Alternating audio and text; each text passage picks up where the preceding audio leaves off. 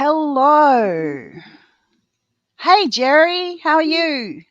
Hey, Donna. I'm great. I like being here with you, Donna. Always. And we've got all of these magical people here as well. Welcome to our webinar today. I'm Donna Benjamin. I'm the product owner of the Open Practice Library and an engagement lead in the Open Innovation Labs at Red Hat.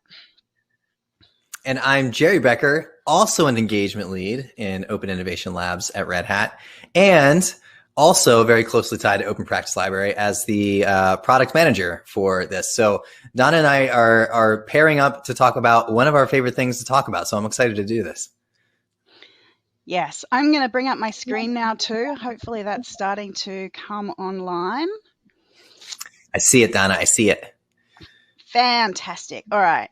So let's just jump straight in. So let me hit into presentation mode and start to tell our story. So the Open Practice Library is very close to our hearts, both Jerry's and mine, and we're really delighted to be able to sort of share some of that with you today. We're using one of our practices right out of the gate here, and it's called Target Outcomes. And our hope, our outcome for today that we hope that you come away with is that you leave with an understanding of the value of the Open Practice Library, and that you feel comfortable experimenting with it and using these community practices to help with decision making and culture building in your team. That's our hope for the session. So from the target outcome, Jerry is also going to introduce a bit of a practice that we use. Yeah. So what you're seeing here is the outline and the journey we're going to go on throughout the webinar today. And the visual structure of this is pulled from something in the Open Practice Library called the Opportunity Solution Tree. So I quickly want to give like just a really quick high level overview of what the Open Practice Library is so that you understand what we mean when we talk about the two practices that we've already mentioned.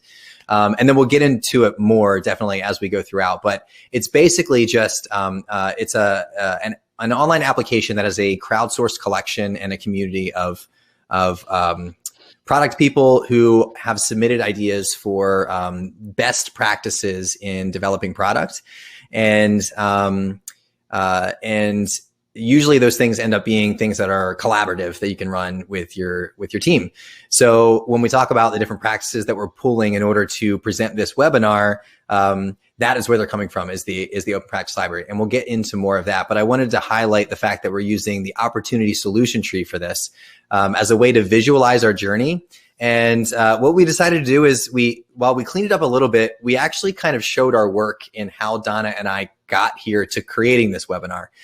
So you can kind of see the power of at least one of the practices in this, and we'll get into more as we go throughout this journey. But the stickies that you're seeing here are all the ideas that Donna and I had when we started thinking about, okay, what's the right content and the right order of information to talk about with you guys as we take you on this journey.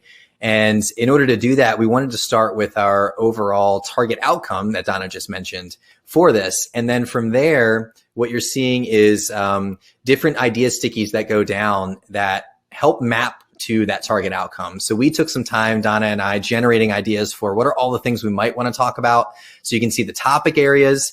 We aligned on, what is the Open Practice Library? We know we want to talk about that. We want to talk about the Mobius loop, how to use it, how to contribute, and then wrap things up. And then within each of those topic areas, then we spent some time ideating what are all of the points that we might want to make on this webinar. And so we came up with a bunch of ideas. You're seeing the finalized list here, but some of them didn't make the cut because we prioritized things and did it in a way where it all flowed together. And so that's what you're seeing with the different colored stickies below. Then for each one, we assigned who was going to speak about that, and then we created the graphic that you see next to the particular sticky. So you're seeing a little bit of like our work. This is like us showing our work and how we got here, and this particular practice that we're using to bring this webinar to life. So That's it. But now we want to jump into the content itself. So we're going to start talking about the Open Practice Library. And we want to start with this first topic of, well, what is the Open Practice Library? And in order to do that, I kind of want to focus on why we created it. So the value proposition of the Open Practice Library. And so when we talk about it, what the Open Practice Library is a community and a collection of facilitation practices for product and service professionals seeking to grow their toolbox of methods for collaborative and iterative product development. So it is two things. Yes, it is an application, a website that you can go to and find these different best practices and team activities that you can run. But there's also a community behind it as well. We take an open source approach to this, and there's people that you can reach out to and talk to about these things and ask questions about them. And so it's really the power of these two things coming together in order for this to continually grow and mature and continue to provide value for this community of collaborative professionals. So that's the value proposition of the Open Practice Library. And now I kind of want to hand it over to Donna to talk about, like how things clicked for her when she first experienced OPL. Yeah, thanks, Jerry. This is really close to my heart. I actually found out about the Open Practice Library before I joined Red Hat. And I was so excited to discover this because it was the first time that I'd seen Agile and Open come together. Like, I've been involved in both communities for quite a long time, and I found them to be, whilst Agile and Open have a lot in common, the communities were really distinct. There weren't that many real overlaps between them. But the Open Practice Library really brings together the kind of collaborative practices and ways of working that we've learned from the world of Agile, and the open source kind of community sharing, openness, transparency that we've seen from the world of open source communities.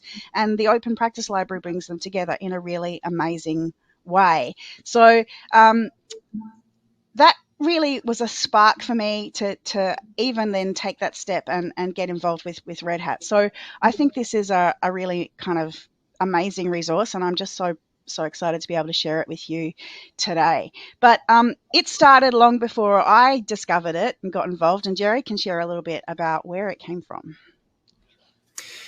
Yeah, so the Open Practice Library initially, and this was about maybe 3.5 to 4 years ago, it was something that was first started by the organization that Donna and I work in, Red Hat Open Innovation Labs.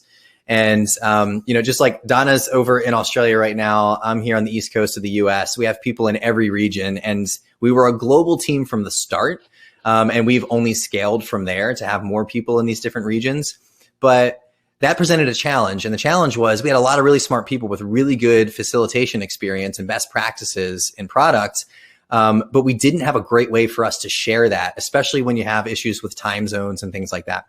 And so what we thought was, well, what if we had like a central repository where anybody in the Global Labs team can put these best practices in there? We can go in on our own time, find them, and then, understand how to do them and then use them on the engagements that we run with customer product teams. So it was an internal tool to start. And so we built it, and it was effective for us. And what we realized was, hey, there's a lot of value in this, but also, wait, aren't we an open source company? So maybe we shouldn't have this thing behind closed doors. Maybe we should open it up to other parts of Red Hat, not just for us. And wait a minute, why would we just stop at the borders of Red Hat? Why not open it up to anybody working in any product team? So we had this idea to expand it and really start to generate a community around it where, the Open Practice Library is branded as itself and really seeks to bring, people from all industries and all different companies together in order to upskill the entire workforce of product facilitators. So as we started to go on that journey, we realized we needed to make some changes to it. And we've updated it over time, and we'll kind of talk about, how we went about doing that and how we used OPL to get into that. But we also realized we needed a little bit of a framework to organize all of this information with these different practices. And so we placed at the heart of this a particular framework that Donna's going to get into now. Mobius, welcome to Mobius, and a huge thank you to Gabrielle Benefield for creating the Mobius Loop framework and for releasing it under an open license, the Creative Commons license. We'll go through the Mobius Loop in a bit more detail, but really wanted to shout out to Gabrielle who created it, and she's also going to feature in the third installment of this webinar series, so catch her and Tim, I think in October. But this idea that it's outcomes that matter and outcomes over outputs, the continuous flow of innovation from discovery to design to delivery, this is what's really key to the Mobius Loop approach to product, and it really forms the heart of the Open Practice Library.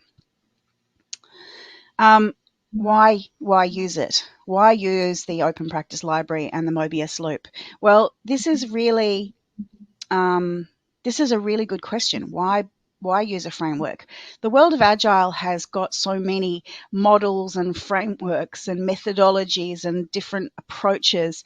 We've taken a very agnostic approach, and we welcome all the sorts of tools and practices that you might find in the world of agile, open and distributed ways of working. But you still need to navigate through that. You still need to find some structure in the amazing creativity and process that exists out there. And the Mobius Loop gives us that frame.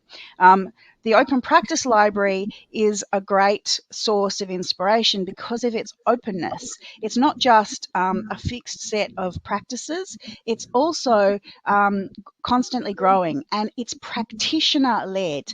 The one driving principle behind things in the Practice Library is that someone uses it for real in the world. It's not just theoretical, it's not academic, it comes from real use, it comes from practical use. And not only do we advocate its use, we use it, Jerry.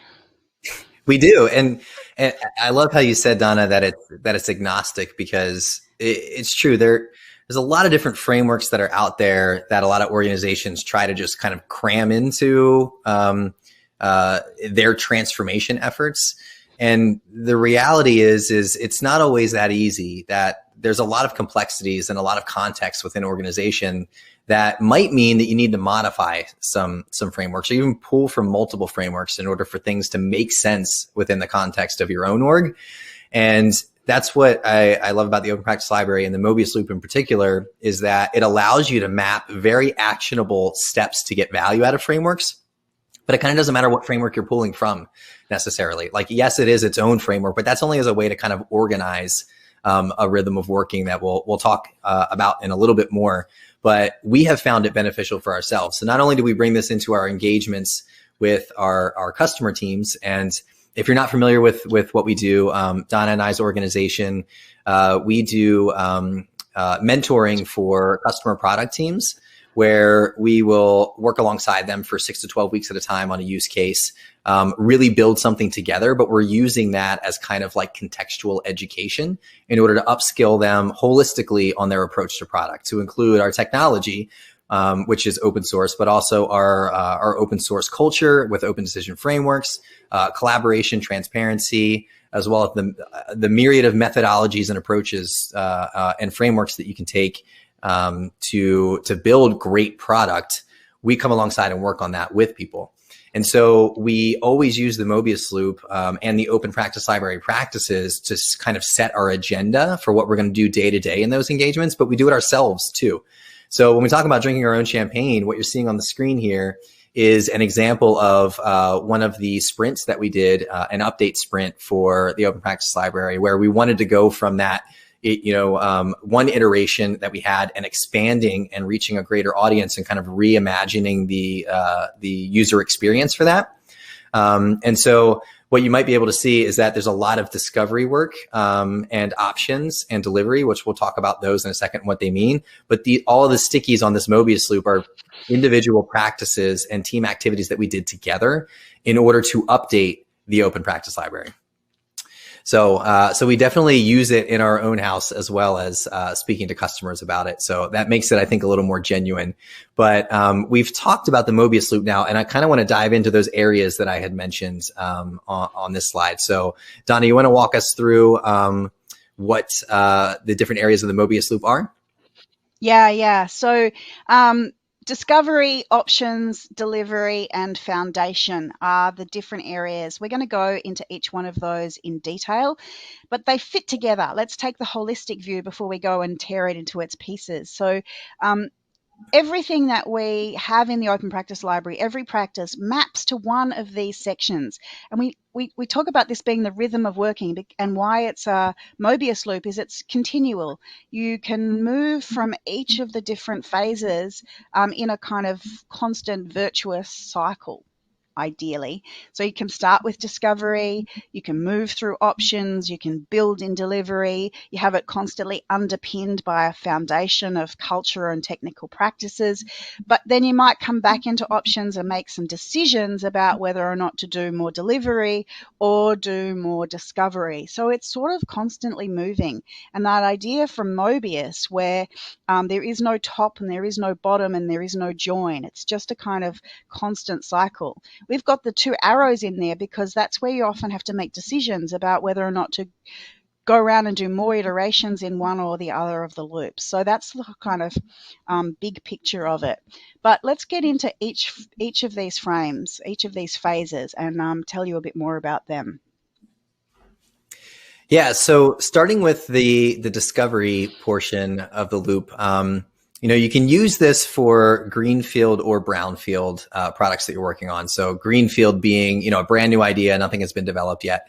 And the brownfield is something that already exists, but you can still kind of take a Mobius loop approach and bring it in midstream and then use that to kind of coordinate your rhythm of working for your product team for the rest of the product lifecycle.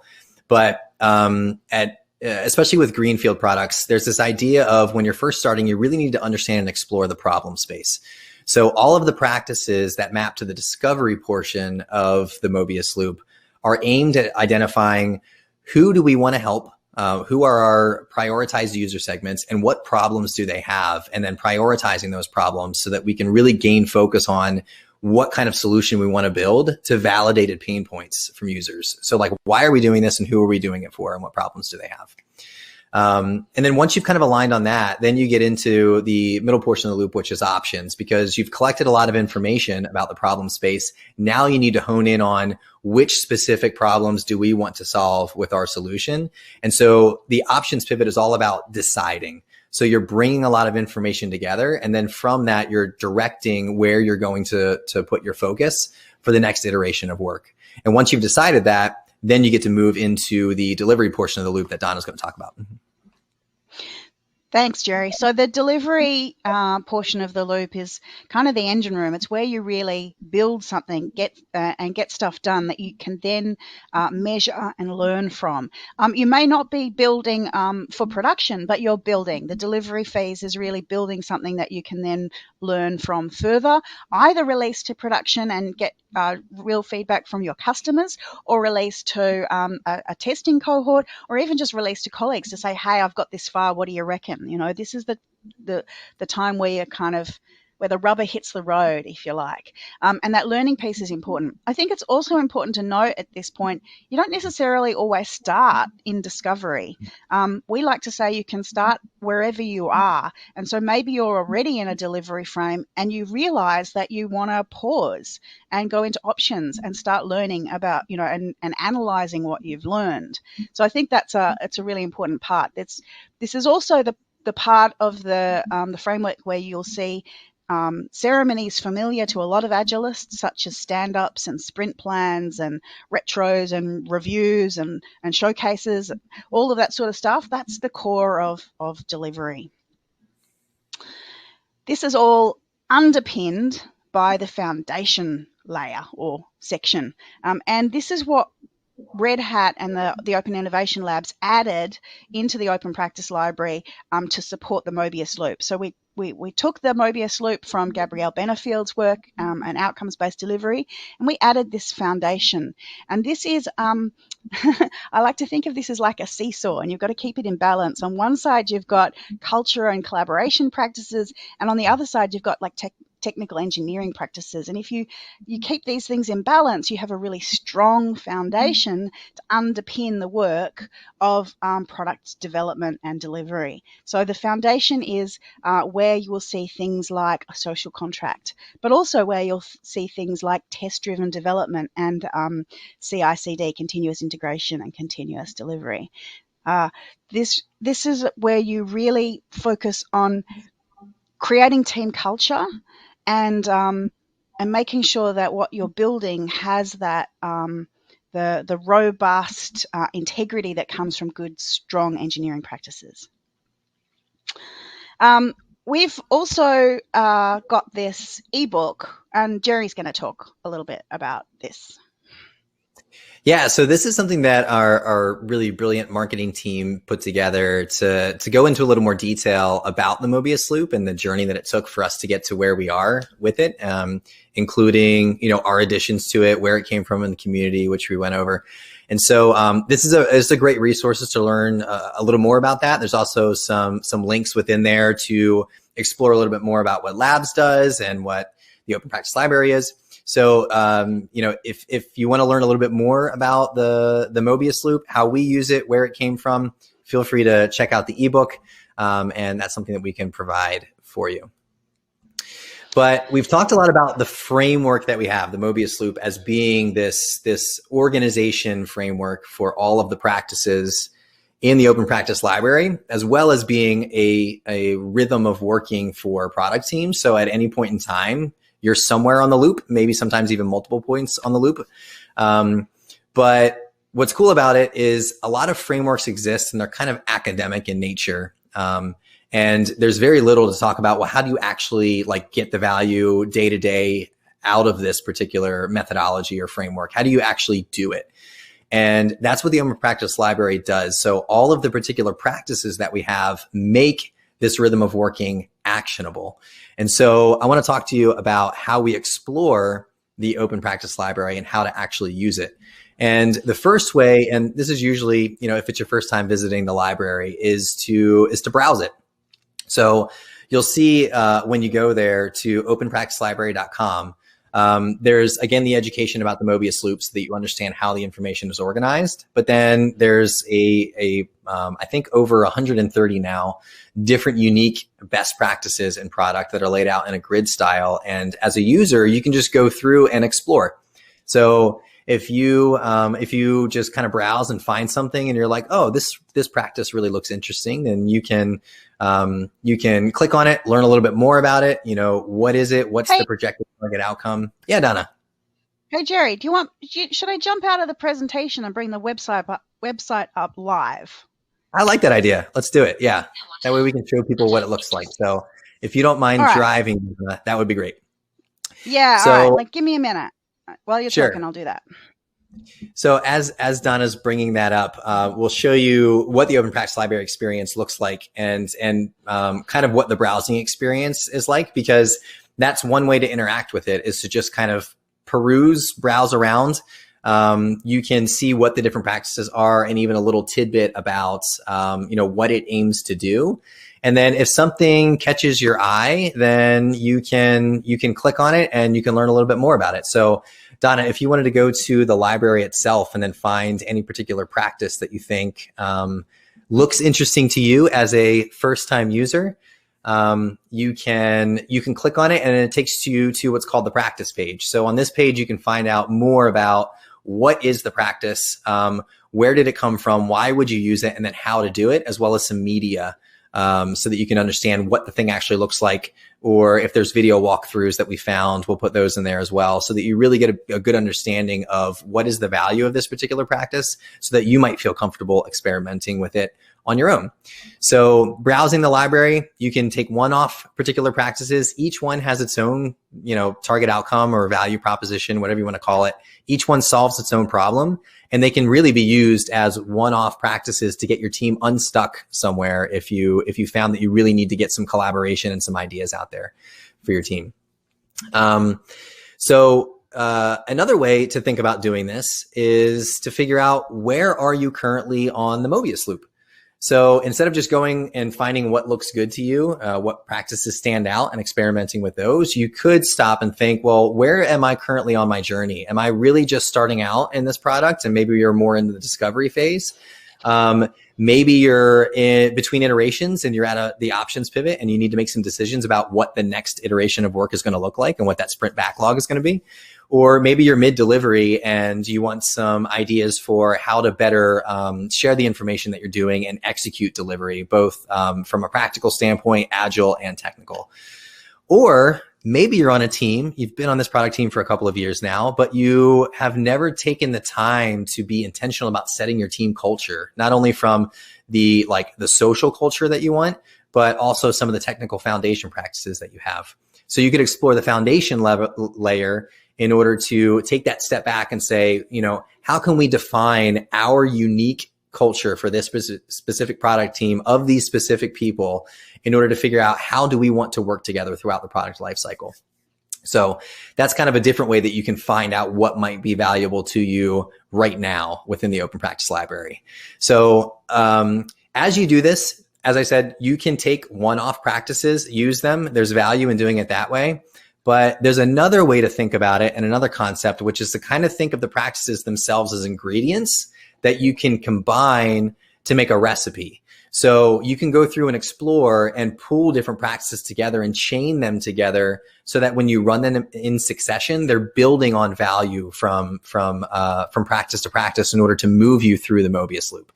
So in this kind of example, you can see, maybe you're at the start of your journey, you're exploring the problem space, you're not quite sure what problem you want to solve yet, or you think you know and you want to go out and validate it.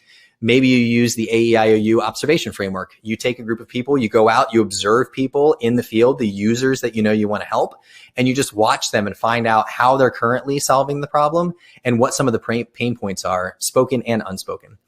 Maybe afterwards, you take that information, you write different insights on stickies, you throw them up on a board, you affinity map them together. So you cluster the things that are similar in order to categorize that information and see some high level themes for what might guide you in your problem space.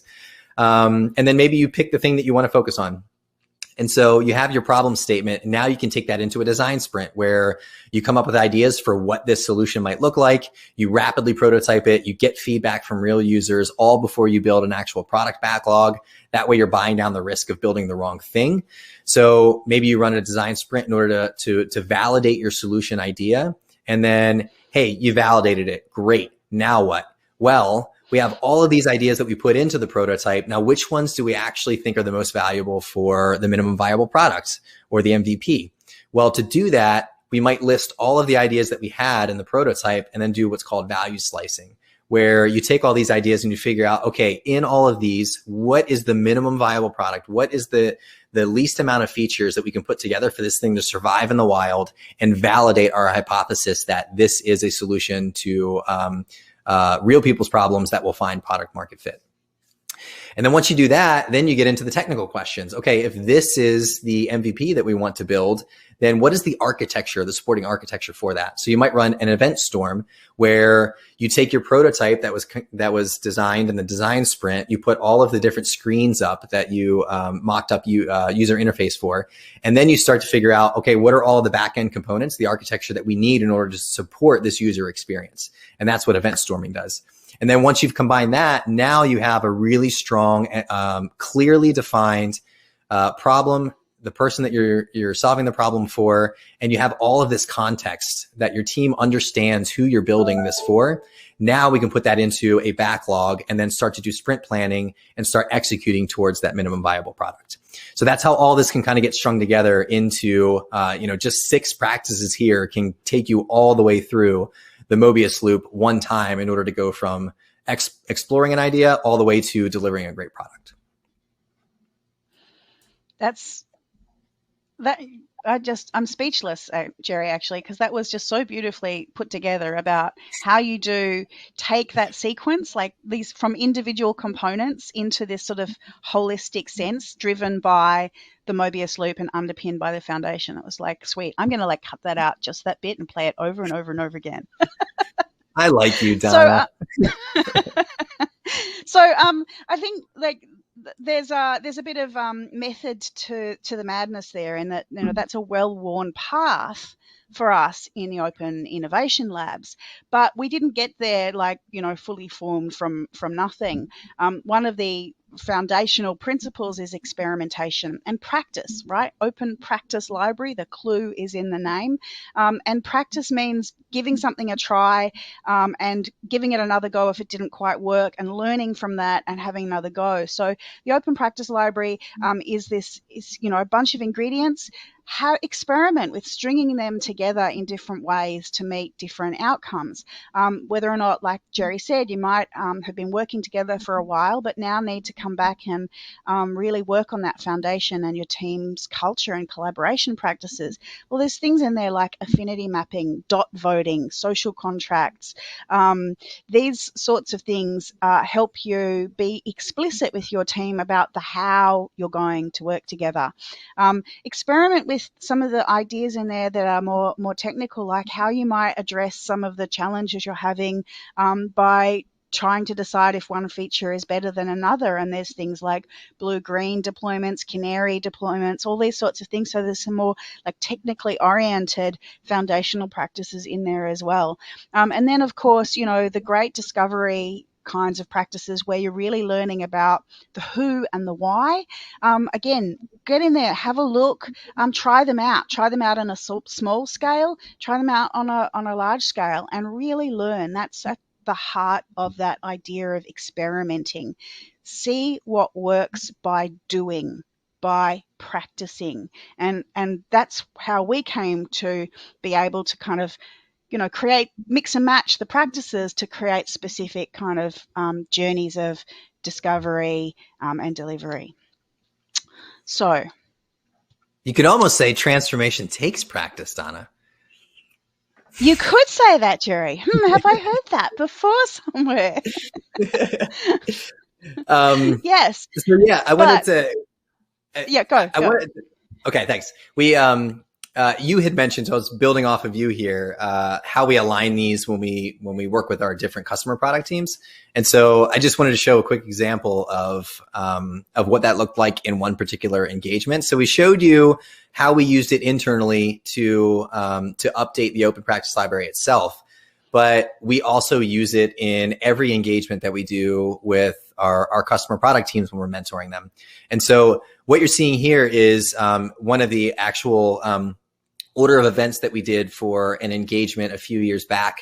And what's cool about this particular one is we were building a piece of software to solve a problem that had been attempted 13 times in the past. And every single time that they had tried to hire a company to do it, they did a waterfall approach. They went behind closed doors. They came back, released some software, and the people they built it for didn't want it because they never talked to them. And so when we came in, we thought to ourselves, okay, there's a lot of different methodologies we can bring to the table here. And there's a lot of methods in Open Practice Library. What's the best one? Well, why did this fail in the past? And the reason was because they never engaged with the people that they were building it for. In fact, a lot of times they didn't even know who was going to be using this thing. And so we decided to pull from the Open Practice Library very heavily a lot of the practices that resemble human-centered design. And you can kind of see there's a lot of work we did in the discovery portion of the loop, because in order for this to succeed, we knew we needed to spend time exploring the problem space and understanding the users. And so you can see all the activities that we went in order to make sure that we really understood the problems. And what was really cool about it is in doing so, we actually found a surprise secondary user persona that was somebody we had to build an MVP for with considering them, that we didn't know coming into this. And we only found it out because we explored it in the field and we went out and talked to the people that we were going to build this thing for. And so over the course of a couple of months working with them, we moved all the way through this loop, did rapid prototyping, got feedback from the users that we interviewed, went back, tweaked the prototype based on the feedback that we gave them, went back to them again, which blew their minds, because we actually took their advice and revisited them. And then by the end of it, we had a really strong problem solution fit with our prototype. And then we got to executing and start building the MVP. And the cool thing is this team, after we finished this engagement, this product still lives on. It is now successful. They've onboarded, I think, 19 different squadrons within the military who was the customer for this, to using this software, and they have more that's in the pipeline to onboard to it. They have a goal to use this across all of their flying platforms, platform being an aircraft, all of the platforms across the Air Force, and then scaling it to other branches as well. And so this is on the path to success because we were able to use and make actionable, particularly human-centered design, but also taking the open practice library to do that. And this team that we empowered through this actually went on to an Air Force incubator program and got so much attention that they started mentoring all of the other product teams there. They were asked by the director to do that, which was really exciting. So the things that we learned together and the way that we upskilled them was something that resonated so strongly. The team continued doing those things to the point where they were asked to transform other teams in doing the same thing. So really a cool success story for how the open practice library can truly bring about transformation for one product team and then scale that to other product teams and an organization as a whole. So that's kind of like, what the open practice library is, how to use what's already there. But then you ask the question, well, how did stuff get there in the first place? So the idea of, well, it had to have been created by somebody, right, Donna? That's right. And this is the bit that really excites me at the moment, is how to contribute to the open practice library. So we've talked about what it is, and we've talked about how to use it and jump in there and browse around. But it's an open project.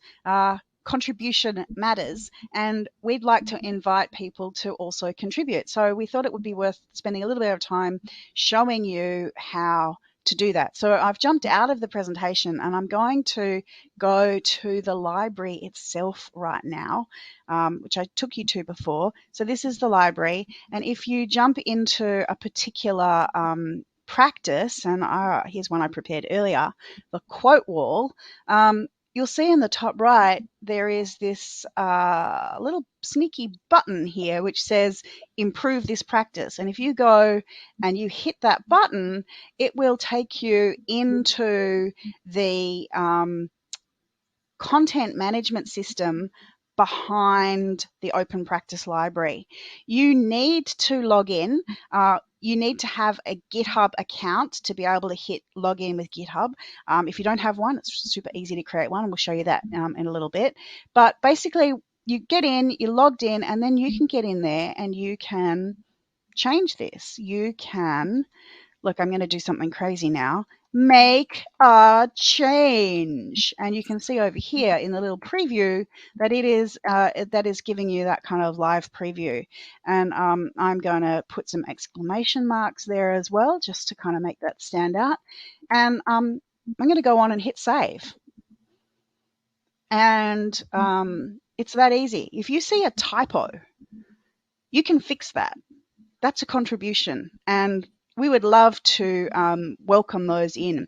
It doesn't go completely live straight away. We do have a bit of a review process, and I'm just going to quickly show you a little bit of that. So once a change is made, it will appear in drafts, and we get a chance to review it. And once it's ready, we can publish that live. But if I go back to, where did I change that? Changes saved. This takes me back to the list where you can see all of the practices, and there's different kinds of practices in there as well. And then the next piece that I want to show you is that's like improving a practice. But say you've browsed the library and there's a big gap, or there's a favorite practice which isn't in there. Well, we would love you to share that with us and everybody by adding a new practice. And to do that, you hit the menu here on the side, and you click this little link here, add a practice, and you go in there, and that will take you into a kind of blank slate template for adding a new practice. And you can see there's some key fields here, like we need the title, what's the objective or that key target outcome of that practice. authors, this is where we want your GitHub ID. And then you can go through what is it, why do it, etc., etc. So it kind of really guides you through the information that we're looking for any new practice.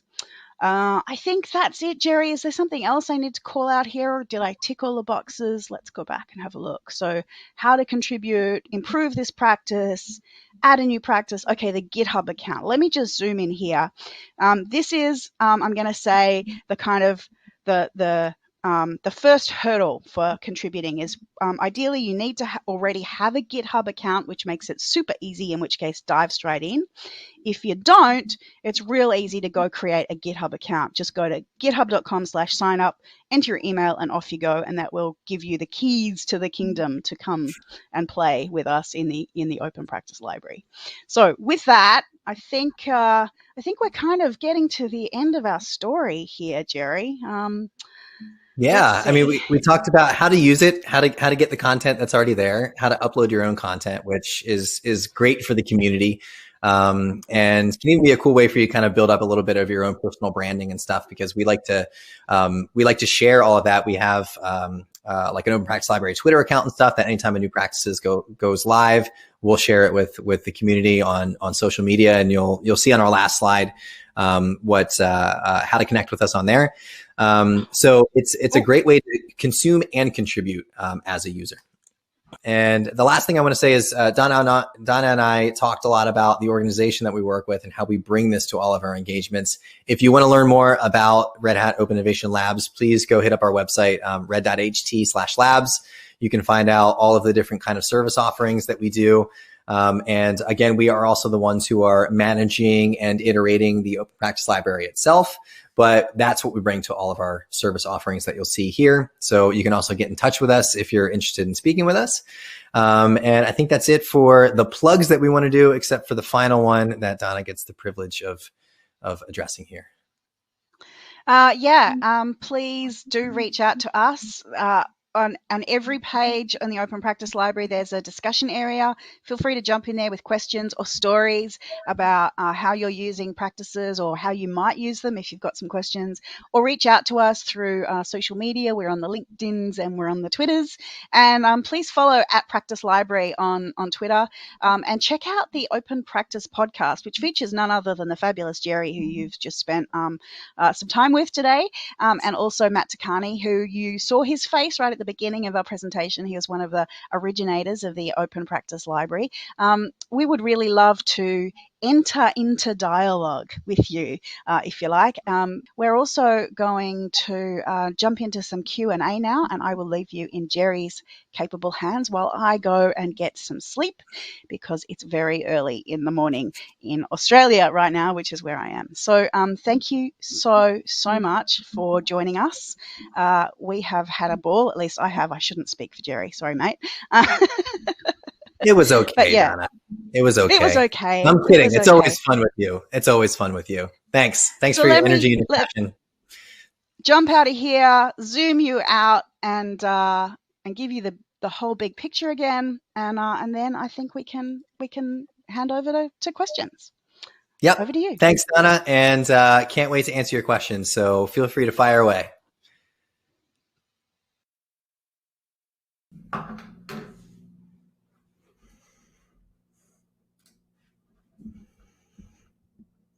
All right. Well, thanks to everybody for attending and for submitting some questions as we went through this presentation. And I'm just going to get right into answering some of the ones that came up. So we have a question from Roman that reads, as the list of practices is large, are a list of practices more recommended from others to use for each portion of the Mobius loop? So the quick answer is we don't have a way to kind of like prioritize which are the most popular or recommended within a certain section of the loop right now.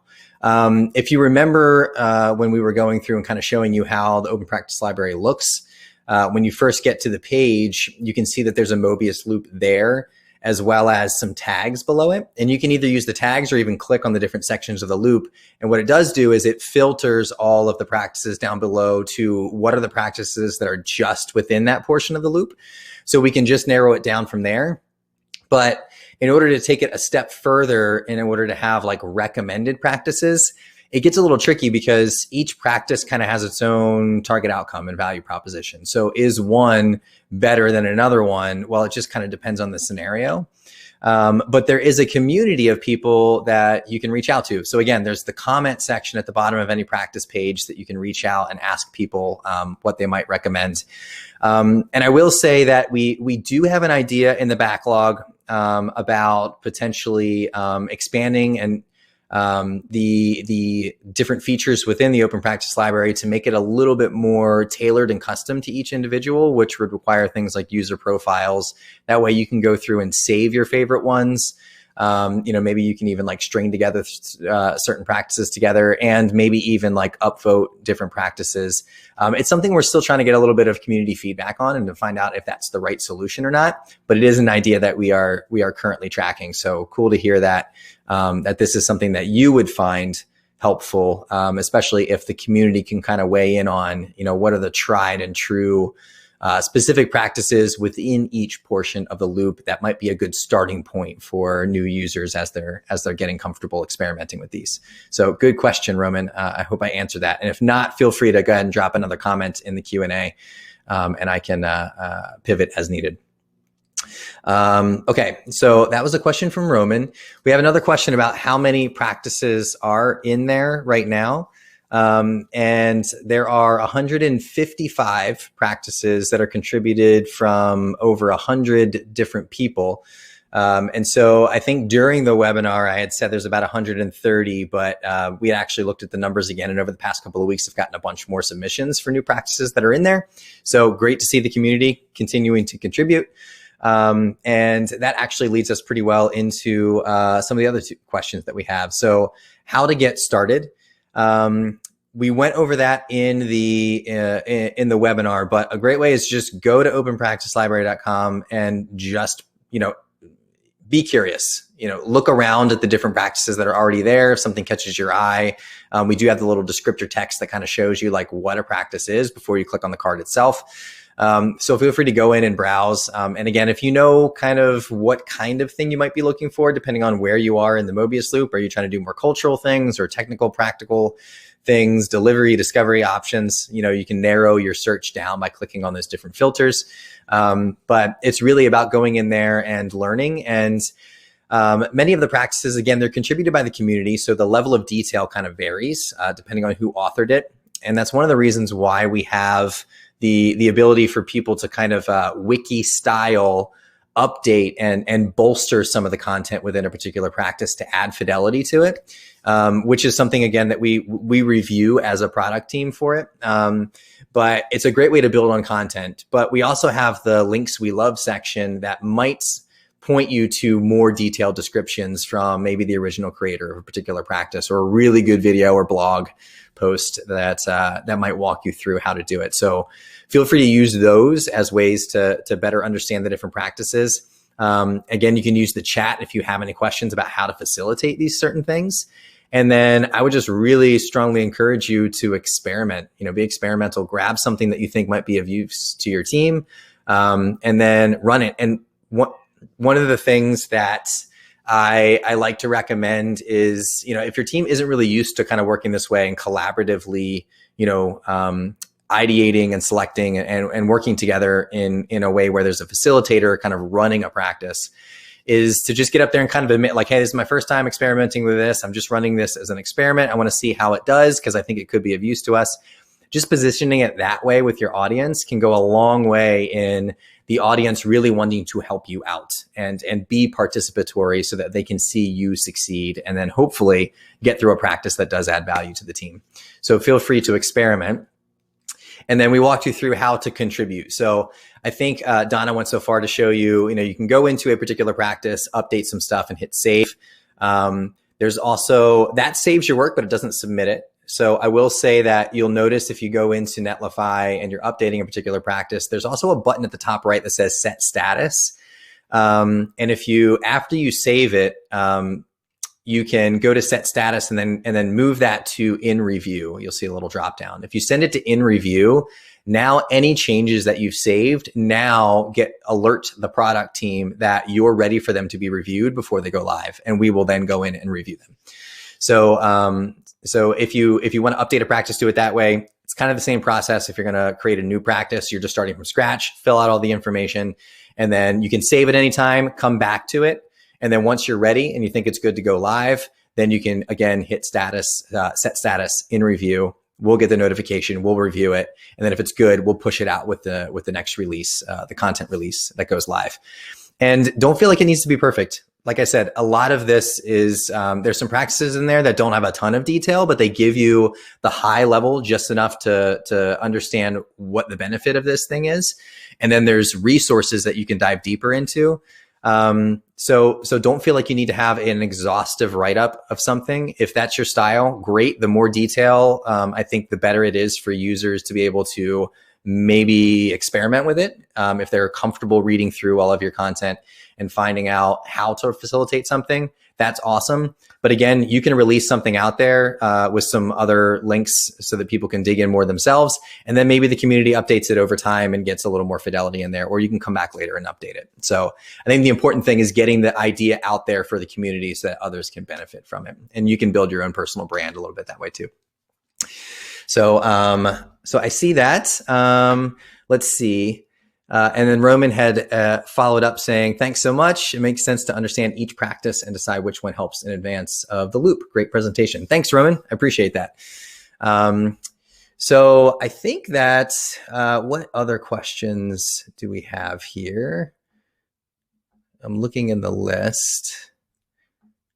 What happens if priorities change? This was a question from Nicole. So that's a really good question. And I'm assuming this is in the context of your delivery. You're working on something using the Mobius Loop, using the Open Practice Library. And when priorities change, that's where the options pivot is so critical to consider, because that's where decisions are made. So I think everybody's familiar with how to do Agile, and a lot of the misunderstanding is that Agile is about getting code out the door fast, right? And that's where a lot of teams end their definition of Agile. We just need to move faster. The problem is, if you're building a bad product, you're just going to be building a bad product faster and getting it out there faster. The important piece is the build, measure, and learn cycle that comes from those faster release cycles. So as you get code at the door faster, you need to find out, was that the right solution? Those features that we worked on or those bugs that we fixed. And in order to do that, you need to be really intentional about getting feedback from your community. So you're releasing assumptions about what a good solution is or what new features would be of value to users. And then you need to measure whether or not those are being used. You need to be intentional about interacting with your users to find out if it's valuable to them. And then from that response, you then need to analyze it and figure out, okay, are we on the right track? Do we continue to execute our backlog as we have currently planned?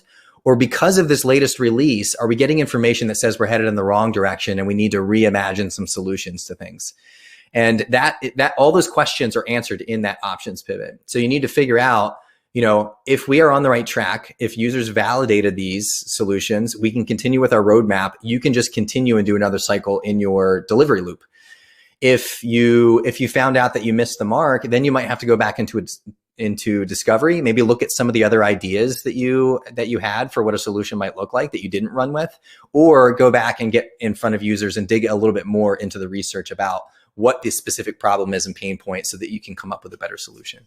So the options pivot is all about where those changes are made in your roadmap, and making sure that you're being really intentional about gathering information, and then consistently between releases, making sure that you are in the options pivot, considering all of the data that you have, and then making a path to go forward that might change over time. So really good question, Nicole. And I think that might be all the questions that we had for this so far. So we'll go ahead and end it here. Again, thank you for participating. Thank you for the great questions. And on the last slide that you can see here is how to reach out to Donna and myself. Please feel free to do so. We are happy to chat. This is the stuff we love talking about. So if you have any follow-up questions, you can hit us up on LinkedIn or Twitter or wherever.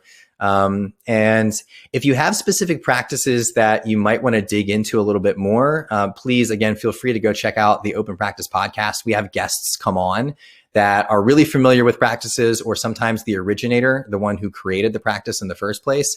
We come on and dig really deep into, like the history of that practice, how to facilitate it, different facilitation tips, how might things go wrong and how to correct those things. So you might find that a useful resource as well. So thank you again for attending. Donna and I really appreciate it. Hope this was of value to you, and I hope you guys all go on to explore the Open Practice Library and find ways to use it to build great products.